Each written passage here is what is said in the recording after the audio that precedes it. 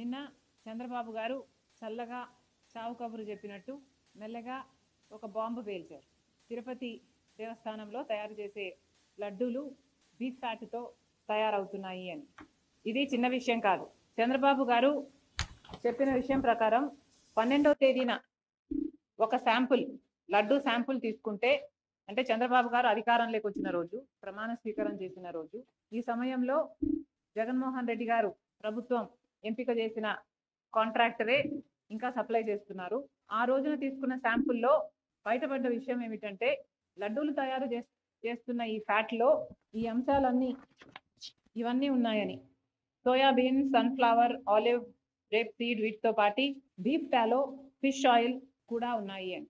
ఇంత పెద్ద విషయం కోట్ల మంది ప్రజలకు, వాళ్ళ భక్తికి, వాళ్ళ మనోభావాలకు సంబంధించిన విషయం, ఎంతో మంది సెంటిమెంట్స్, ఇమోషన్స్ కు ముడిపడిన విషయం. మన రాష్ట్రంలోనే కాదు, మిగతా రాష్ట్రాల నుంచి కూడా ఇక్కడికి వస్తారు. దేశ విదేశాల నుంచి తిరుపతికి వచ్చే వాళ్ళు ఉన్నారు.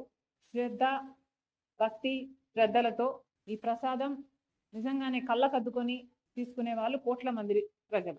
అలాంటప్పుడు బీఫ్ టాలో, ఫిష్ ఆయిల్ కూడా ఉన్న, ఈ పదార్థాలు కూడా ఉన్న లడ్డూని ప్రసాదంగా ఇస్తున్నారు అని చంద్రబాబు గారు నిన్న చెప్పడం జరిగింది. చంద్రబాబు గారిని అడుగుతున్నాం, చంద్రబాబు గారు ఇంత పెద్ద విషయాన్ని మీరు ఇంత సునాయాసంగా, ఇంత క్యాజువల్ గా ఎలా తీసుకోగలిగారు? కోట్ల మంది ప్రజలకు, వాళ్ళ మనోభావాలకు సంబంధించిన విషయం. ఈ విషయం మీరు కేవలం రాజకీయం చేయాలనుకున్నారా?